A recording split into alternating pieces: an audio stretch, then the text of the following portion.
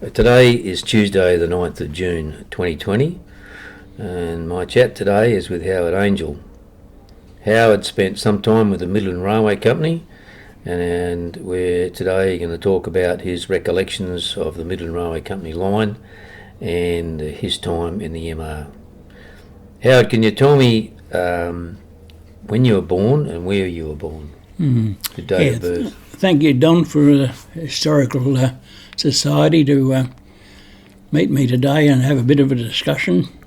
Things are getting a bit hazy in the latter part of my life. I'm 87, born on the 13th of 11th, 1933, so heading up to 87. And I was born in Mora, but we happened to live in Watheroo, and that was on the MR line, and all our provisions came on the railway, and of course they were about a 24-hour run from Midland to Geraldton in them days.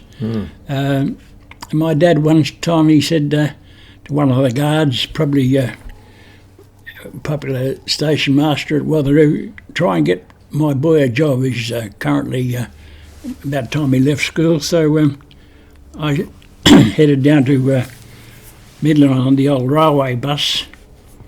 But going back, my dad was a shearing contractor in Watheroo, and we had a mum and 4 sons, all under 10, and poor old mum passed away. It was a bit of a shock to the system. I was about 5, I think, and Big Joe Angel's dad is my younger brother, Ken, and he must have been only 3.5 or 4, but what happened, we had a fire. They had tennis courts down at the Watheroo railway station, and my dad was playing tennis, left-hander, and smoke was coming from the house, so I don't know where Mum was, but of course the houses only had plastered bag hessian divisions between rooms. It was nothing flash, and consequently we had to rebuild and live the next 6 or 12 months in the truck shed at Watheroo, and then we had to go to school from Watheroo to the primary school. It was only up the road, which seemed a long way at the time, but poor Mum passed away during that living in the truck shed, so Dad had 4 boys, so after an early schooling of 2 or 3 years at Watheroo, each of us were farmed out to boarding schools because Dad was contracting shearer, and so he sent Ray down to his granny's at Fremantle Tech, Keith and Norcia. This would be about 1946 or something like that, and then Ken and I were both at Watheroo Primary. How many, was it one class, or was there a few classes with different grades, or did one teacher teach numerous grades? I think there would be about 3 different grades in the one class because we only had one teacher, Mrs. Petroff. You never forget the name of your first teacher. God bless her, but they probably had the kids in the front row in the middle, and then the 10-year-olds at the back row. Did you have any heating or air conditioning? No, there was plenty of trees around the place for the air conditioning, but no, we were probably only up on the Miling Road, probably only 300 metres from the house, but it's always further when you're young. Yeah, did you wear shoes to school in those days? No. Bare feet? Bare feet in them days. We weren't very well off, but Dad did well during the war because he had contractors and got shearing allowances for tea, smokes and sugar for all his workers, so we were pretty well heeled in that direction. But Mum died, and that left us all in a bit of a quandary. And then Dad thought, well, we'd better send us to Greenock on the old Midland Railway train out of Watheroo. That went to Walkaway, which was the dead end. And it still worries me today is why Walkaway is a dead end for Midland Railway when Geraldton was just another 20 k's on. And they used to have to bring a train out to pick up the ones off the MR. Yeah. It was a very strange. So we had about 3 odd years at Greenock. And just to take you back, can you remember what time the train came through Watheroo going up to Walkaway? What time of the day it was? No, I just You don't? Was it the middle of the night? No, I don't think so. I think we still landed there in daylight. There might have been some nighttime travel, but they were very, very dusty. Of course, you got smoke and ash in your eyes. You'd look out to see where the train engine was, and Kenny got into trouble with the nuns for losing his cap, which is part of your school uniform. Dad would have just bought the day before. So, but because they were all steam engines, weren't they? There was no diesels. They chugged along. I think it was about 30 k's or something an hour would be the. Yeah, and what sort of carriages were they? Oh, you could swing out one door and slam it and walk along the runway and open the next door and jump in there. There was no fancy. Did they have toilets on them? Oh. Can't remember. No, I don't think so. No, you just had to hang on. I think there were just the two seats either side with a rack above you. Right. And you got out, and the guard used to walk along the running way to check your tickets. So he'd be walking along the outside of the train yes. on the running board. Yes. And open the door. Yes. And then get your tickets. Yeah. And then move to the next one on the running board. Yes. Wouldn't help the Department of Officer Occupational Health and Safety. Yes. Amazing. So you big handles on the Midland Railway. Yeah. Like, of course, old English things they were. Yeah. You had a big switching sort of. Yeah. Round things. Yeah. But I don't think there was anything like toilets. No. I think every stop you went to the toilet. Yeah. Right. So, those days they would have stopped pretty frequently to change the staff. A couple of them might have had to pee out the door like that. I suppose. You know. But that's another story. Yeah. So you arrive and walk away as a young kid coming from Watheroo. Going, how old would you have been then going to Greenough Convent? Probably 10. Right. And Greenough to Walkaway is a little distance, so how did you get there? Oh, the nuns came and picked us up. Ken minus his hat, so Kenny got into trouble 90 years later. Some of the nuns were only 18 from Ireland and they were still alive when we were doing a bit of recollection. Some of the nuns were 90 when we were still we were 70. And and you went back up there to see them? We went back up from Salem, yeah. Good on you. And one of them remembered Kenny losing his hat 60 years before. Yeah. But that was about 1945, 46, 47. Ken wasn't doing too good at school, so Dad, the sharing contract, said, come and come and learn how to share. So he left school at 13. And the story goes that he used to jump in a wool bale when the inspectors were coming to hide because he was underage. But Dad said, you're okay, you're a pretty smart cooker, you can go on to New Norcia. Oh, right. So, good Catholic upbringing, boys.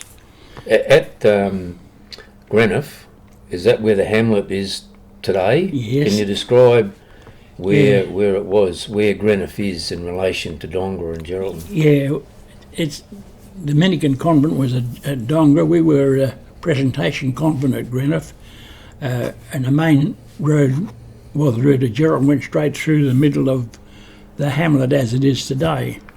But if you're driving to Geraldton now, you go on the Brand Highway, which went around the back of the playgrounds. So whilst the school was on your left of the main road, which is now the walking trail between the museum and the school, we went back and saw the classroom. It was the size of a dog box, and you wondered what was so big about it when you were little. Yeah, everything was big then. Yeah, so they put Brand Highway around the back of between the Moore River where the trees flow over, Greenough River, where the trees all lean on the side. So they went Brand Highway between the river and the school. So now the school's on the right-hand side of the Brand Highway. And was that numerous classes once again, or was it one class with different grades? Do you remember? I think they might have just had two classrooms. Yeah. Probably 2 or 3 classes in each. Yeah. Cause they, and the nuns were pretty good? Yes, yeah. We didn't realise they were only 18-year-old coming out from Ireland. because you're a 10 or 12 or something. Yeah, and what about accommodation? Oh, we just had bunks, like dormitory bunks, and How many kids would have been there? probably 30. God. Yeah, you think it's a lot, Yeah. but it's probably, it might be 40. Might be two lots of 20 in classes. And what did you do on school holidays? We got the train back from MR back to Watheroo. So you'd have to come back to Dongra for that? Where did you get on the train? We get on a walk away again, Oh, you go back to Walkaway. which was the terminus for the MR. Yeah, right, yeah. And so we'd go across there, the nuns would take us across there, and you'd have your 4 or 5 weeks back at Watheroo, Oh, yeah. play football and shoot rabbits and play around with guns and all sorts of things. But And how many years did you spend at Greenough? I spent about 3 for me and 2 for Ken. So you got the call to move, or you had to move on from there to go to like a high school? Yes, I think that's what happened, yes. Oh, yeah. And do you remember how you felt when you left there? Did you want to leave? Were you itching to get out of there? Or Oh, yeah. did you enjoy your time there? I enjoyed my time there, but I wanted to progress to the next class. So where was the next move? That was at New Norcia. And how did you get down We there? used to go to Mora, a bit of shopping at Mora. By train? Yeah, or Dad would go with his vehicle. Oh, okay. But Midland Railway always had a good picnic at Gingin, and they come from Watheroo to Gingin and Midland to Gingin with the Peter's ice cream in the big canvas bags. Oh, yeah. And Ginger beer? yeah, ginger beer. And I remember winning the high jump, and Ken was second. I used to do the old scissors kick, which was Oh, yeah. in the vogue, but Ken was a Shirley Strickland hurdler, straight at it. Oh, yeah. So he couldn't go. I think I went to 5'2" or something, but Ken was about 4 foot. But we were pretty good at our sports. So you went into the school at New Norcia. Mm-hmm. Were they brothers or were they lay teachers? They're Marish brothers. The Dominican monks run it, Bishop Salvado and Oh, yeah. all his crew. So Benedictines. Benedictines, yes. And so the Marish brothers took over the schooling, but they were very good to us. I never had any trouble with them, except pinching oranges from the churchyards across the road. Oh, yeah. The Mora Highway used to go through in between the school. It's still a lovely school there now. Still, it must have been a building and a half when the Spanish built it. Yeah. It still looks good today. How many years did you spend at New Norcia? I think I spent about 3 years there. And by the time I was 15, my dad said to one of the guards, "Can you find him a job down at the MR?" So they spoke to Mac Priddle, Yeah. and so I started there. But I was, as I was saying, I was going to start on a Monday, come down on the big yellow and red bus coming through from Geraldton to Midland, and whilst we had access to 22 to shoot our dinner, Ken let fly with it and shot me through the side of the mouth, and that caused a bit of havoc for Dad because he had to get to Mora Hospital in a hurry. But then I had to delay starting work with the MR for about a month till I looked terrible because I had no teeth, upper teeth and bottom teeth were missing when I was still 14, so it doesn't make you look too impressive for your first job. And he's just left us, and my daughter says, "Did he ever apologise?" And I don't think he did. Yeah. But I'm still going to the dentist today over it 70 years later. And that occurred in New Norcia, was it? At Watheroo, At Watheroo. just before I come on the MR. Oh, okay. So I had to delay my arrival at the Midland Railway Company. So, Max Piddle, what was he in the MR? He was a store supervisor. Oh, and your dad knew him?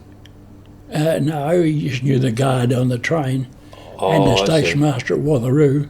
Oh, so it was who you knew? Put a yell out to Midland. So they'd wind the old telephone. It was a bit of a Yeah, it was a bit of a family affair, the Midland Railway Company. Yes, it was. Well, I think you started there and died there. Yeah, As you can see by that photograph you have, they're all old. yeah. And once you got into the MA, you didn't sort of leave. No, and it was the family members always got a job there first. Yes. Yeah. So when you came to Midland as a 15-year-old, where did you stay? What sort of accommodation did you? I first stayed with McMiles at West Midland Station, and then I went to 43 Charles Street, which was a Foster family, George Foster and Mrs. Foster, and they had Ronnie and Ronnie Foster and what's her name, Brian Gray's wife, Audrey, and Marion Panizza. So they were Fosters.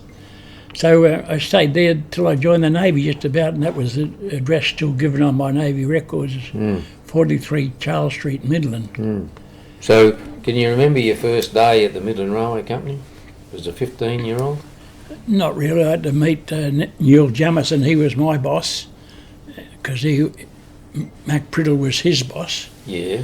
And I did a few things. My dad bought me a push bike, and I had a gold medal pass to go on a train, which I thought was pretty snazzy.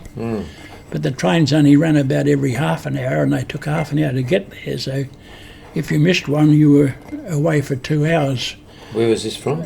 From Midland to Perth. Oh, yeah. On the railway, when you had to do a bit of urgent message for Mac Priddle. Oh, so you got out and about? Yeah, so they gave me the gold pass to hop on the train for nothing. Oh, I see. Go and get the stuff from Eagle and Globe Steel in Wellington Street, and get back as soon as you can. So when my dad bought me a new bike, I thought, hello, I can get to town in 20 minutes, back in 20 minutes, and they reckon I was the best thing since sliced bread. You rode from Midland to Perth? Yeah, and back in about half an hour, which was the train time. Gosh. And what did you go, via Guildford Road or Great Eastern Highway? No, I went right down to Mount Lawley Subway, I think. Oh, yeah, straight down the railway line. Yeah, and be back, and I'd try and get back as fast to get the bigger appraisals from Mac and Neil James and anybody else, or especially the stores department waiting for it. Yeah. That was the stores to provide the workshops with yes, all the gear for the workshops, yeah. So in your job in the stores branch was a clerical job. And did you do much like writing and paperwork? Yeah, mainly looking after the coal, importing the coal from Kilroth and McEachran, and they used to shunt it up from Fremantle. It came by ship. Where did that come from? It came from Newcastle, I think, by ship to Fremantle. Then they put it on railway wagons and parked them at the back of the loco sheds. And the fellas got about sixpence a tonne to unload it. By hand? Yeah, with a shovel. And you went in by a white man, come out like Al Jolson or Louis Armstrong or something. But that was about sixpence a tonne or something, and a bloke would unload 20 tonne with a big shovel and come and get a quid off me at the stores branch. Because I had all the labels from I had to collect the labels off the truck to add them up to the tonnages that we were paying. So apart from Max Brittle and Neil Jamison, who else can you remember there from your MR days? Well, the favourite bloke was Claude Murtha, because he handled the pays. Oh, yeah. He was the paymaster. Yeah. You always get on well with the paymaster. And there was his mate Johnny Townsend. He had a stumpy leg. Yeah. Kenny Bass had some sort of a problem in a wheelchair all his life. I met him some 20 or 30 or 40 years later, and he was still in his wheelchair. Incredibly so. He didn't die young. I don't know. Do you know he's still around? No, he passed away. Yeah. He was in a nursing home out at Forestville. Yeah, but he must have been getting on. Yeah, he would have been. He lived in Lowton Avenue in Midland. And I remember when I was working with him in the accounts branch, he had a troubled marriage, I think, and he finished up with the 4 boys. He used to walk around with his walking stick, but he used to bring this old jalopy to work, like an old T-model Ford, and he used to drive that. How he used to change gears. got me, but he lived in Lowton Avenue. No, I don't think I saw him walking at all. I think it's just in a wheelchair. There you go. Was it muscular dystrophy, one of those, was it? Not sure. No. No, but he But he lived a long time. He was inspiration to me, Kenny Bass. Yeah, he was. But I struck him a few years later, so... he actually transferred to the WAGR when the WAGR was taken over, took the MR over on the 1st of August in 1964. Bassy went into the accounts branch and he was in the timekeeping section where they did all the timesheets. Yeah. So getting back to your tasks at Midland, so it was mainly clerical work and messenger boy. Yes. Yeah. Did you do much messaging around Midland? Were there suppliers around Midland? Can you name a few of them? Yes, well, most of the guards had their fob watches fixed up at Bob McGilvray's. It was in Great Northern Highway. And Bob serviced them all and scratched a date on the back of the with a scriber to say what date he'd last seen it, Yeah. Some of them were in every other month, and but they were big old timepieces. Someone clipped a cover off the glass, and they wore them on a fob chain. Yeah. Looked very official like the old days. I think. Can you remember where Bob McGilvray's office or it was somewhere was? down past Mondo Meads, somewhere a bit further towards St Bridges. I suppose it's halfway between St Bridges and the Town Hall Clock. Oh, yeah. No, he was in the old centre of Midland. Yeah, on the right-hand side. Yeah. But he was there for a long time, and he was very generous, and he would have done really well out of the Midland Railway watch repairs. Watch repairs, yeah. I don't know whether the Midland Railway Company, they mustn't have had a watchmaker. The WAGR had watchmakers, I know that. Yeah, no. But I don't think the MR did. No. So living in Midland at 43 Charles Street, what sort of a social life did you have? Oh, well, I was a bit of a hit on the football field, or I thought I was. I played a lot of footy with Ron Joseph's teams in Bellevue, and used to go to the Trades Hall dances. They were pretty famous in Midland on a Saturday night, and we had Wally Bates. He was the fastest dancer on the dance floor. He could box as well. Yeah. And Wally's got his name all around the place now. He was a white-headed Aboriginal boy, but he was a state champion and whatever. But famous dance for... So where was the Trades Hall then? Because there's been a few Trades Hall in Midland. Yeah, just next to Jack Sue's, opposite Jack Sue's building there now. Oh, yeah. Not very far from the MR office. Right, so that's where the terminus is now. Yes, so it's in there. And so it was footy and dancing was the social life? And push bike riding. We used to ride on the Midland track most times at night, especially if it was a moonlight night. We'd have all our handicap races. And at Midland Oval? At Midland Oval, they had quite a big... Eddie Barron had a big cycle club, and they came from Fremantle, the Monchillos and ever. They came from on a Friday night to race around the... it was white aggregate on the Midland track. It was sort of a white cement. But it was pretty famous, and a lot of people came from far and wide for Eddie Barron and those. And on the off nights, we used to race if it was light enough. And because I had a new bike and I was handicapped at the back, and anybody with a good bike was 100 metres behind. And if you had an MR delivery bike or a postmaster's bike, you got a half a lap start. And why was that? Because you're too slow. They weren't geared right. And you'd be half a lap in front in one lap and then get beaten in the line. Oh, right. But we had a few spills on the turn.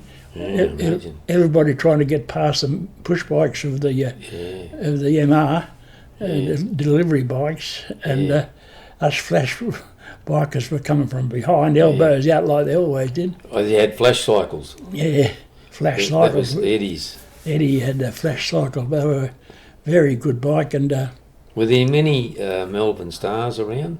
They were the competition bike. Yeah, that was the competition. Well, in Midland we had Phil Kidd with the Philco bikes. Philco bike, and they had Phil used to ride. He was about a 6'8", and he had the longest stem I've ever seen on a seat. Mm-hmm. He could ride with a high seat of about 1 foot or 30 centimetre extension. Mm. He used to ride from, I think he lived in Cottesloe or Claremont, and to open his shop in Midland, he'd ride his bike up, rain, hail or shine, and he would have done that for 20 years. Mm. Of course, Eddie Barron now's got his driveways named after him, and Sid Patterson. That's Sid Patterson, yeah. And next door neighbour to 43 Charles Street was the Campbells. Colin Campbell was the champion. Oh, yeah. They used to do the David Jones 100. Did they have the Midland Traders in those days? Yeah, the Midland Traders. That was from Guildford out through Midland, out to past the brickworks. They had a smaller one circuit around the Midland works, and then a further one they went up to around West Swan Road. So. Yeah, I think it was about 25 miles, wasn't it? Yes. I ran it a few times. Did you? After dinner, mind you, but I had a few mates that would ride their push bike with me if I ran it, and had to do it in an hour or something. And now people do a marathon before breakfast, but in them days I was pretty good on the running, and it kept me going. But can you tell me about your days at Bellevue Rovers? Yeah, I was a bit unlucky. I've got a photo here of the team, and I'm holding the football, and I'm in my suit because there was only 20 jumpers, and there was 20 players better than me. I was always a year and a few months short of being, because you were checked whatever age you were by, I think it was July the 1st. You could play under 18s if you were. And some of the boys were heading for 19, and I was 16.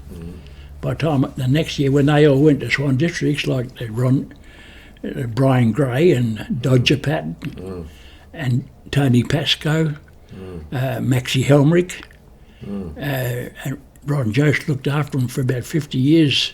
He was even on the board of the tribunal board for about 30 years. Oh. He was a famous man around Midland. He was a boxer too. Yes, he was in the army. When we were training out at Bellevue, you knew your coach came ex-army champion boxer, and he had a cold shower or no shower, so that was down the back of Elders Paddocks there. Yeah. But I had a great association with Rod right up till he died at 92, just only the last 10 years. But he remembered everybody, and he was a Midland old boy for the length of time. We've had a very good run of Kay Greenham, just got a Gladstone bag because of his baseball skills. Yeah. He had a tremendous baseball career. Yeah, he was an All-Australian. And a doctor as well. And a doctor. He had a brother, a doctor, and of course his dad. His dad brought me into the world at St Andrew's Hospital in Sayer Street. Yeah, what was his name? It was Kay Greenham? Kay Greenham's dad. Name escapes me, but it was Dr. Greenham. Yeah, Dr. Greenham. Dr. Greenham. Yes. Anyway, Dr. Kay Greenham was presented with a trophy from Kevin Gartrell the other day, and he said, I've kept Kevin Gartrell alive for the last 50 years because Kevin's been his patient, and he said, here I'm getting a trophy of him. But I never realised that he'd gone so far in baseball. Legend status or something. Oh yeah, he was an exceptional baseballer. Kay Greenham. He played cricket with Midland Guildford also. Yes. But he was a chucker. A chucker. Yeah, he played. That's right. Big Him and Tony Meadlejan. Oh yeah, he was a baseballer. Tony Meadlejan was a baseballer. Yeah. He was a coach of mine in one class. I knew all those series. guys. Yeah. And of course, Midland Guildford's been a home of cricketers, and definitely. And now Big Joe Angel, my brother's boy, come down from Mount Helena to Mundaring, to Midland, to the Wacker, to the Sydney Cricket Ground. Yeah. So I've had a few mileages off Joe. Yeah, I reckon you would. Yeah. Fellas like Don Butler say, is that your boy out there? That's what I did, yeah. First thing I asked you. Yeah, and I'd look at the scoreboard. If it was none for 50, it was my brother's boy. if he had 5 for 50, he's my boy. And I still live off that. And his dad's got on now. Last year passed away at 83. But I'll tell that story a few times. And Because he was a Midland Guildford boy, wasn't he? Joe. Joe, yes. Yeah. They moved from Midland Oval out to Lilac Hill. Lilac Hill. Mm. Yeah, so we had plenty of good times at Lilac Hill, and I was Joe Angel's uncle. If everybody, if they didn't know when they started, they knew by the end of the day. Yeah. But, so how many years did you finish up spending at the Midland Railway Company? about 3 years. National Service was coming up along in 1952. I would have been turning 19, and I was going to be by ballot or something. And you had to do a certain number of, I think it was a couple of years or something, I'm not sure. Anyway, I decided that paying board and whatever, you get new shoes and new caps and new jock straps, everything new. In the Navy? In the Navy. I thought that'll do me, so we caught a train, took us a week to get to Sydney. And so where did you enlist in the Navy? From Midland, I would have just gone to Perth, and they probably in the terrace somewhere they would have had I don't remember going back to Lewin until I got back to Western Australia for Monty Bellows and played a bit of footy afterwards at Mount Helena and sold a few badges in my lifetime, Sheridan's and accounting, and generally I've had a pretty good life and held in pretty good esteem around the traps at Midland Old Boys and Midland Men's Shed. Yeah, good on you. And I'm still hanging in there. Still hanging in there. 87. Well, I really appreciate you giving us the time today to share your recollections of, the old Midland Railway Company, footy days, growing up in Midland. Yes. Bob McGilvray was one name that's escaped me. I'll have to remember that in future. I remember him. I think he might have passed on. Oh, yeah, no doubt. So, look, thanks very much for chatting with us. Yeah. And we'll finish it there. Thanks a lot then, Don. Thanks, mate.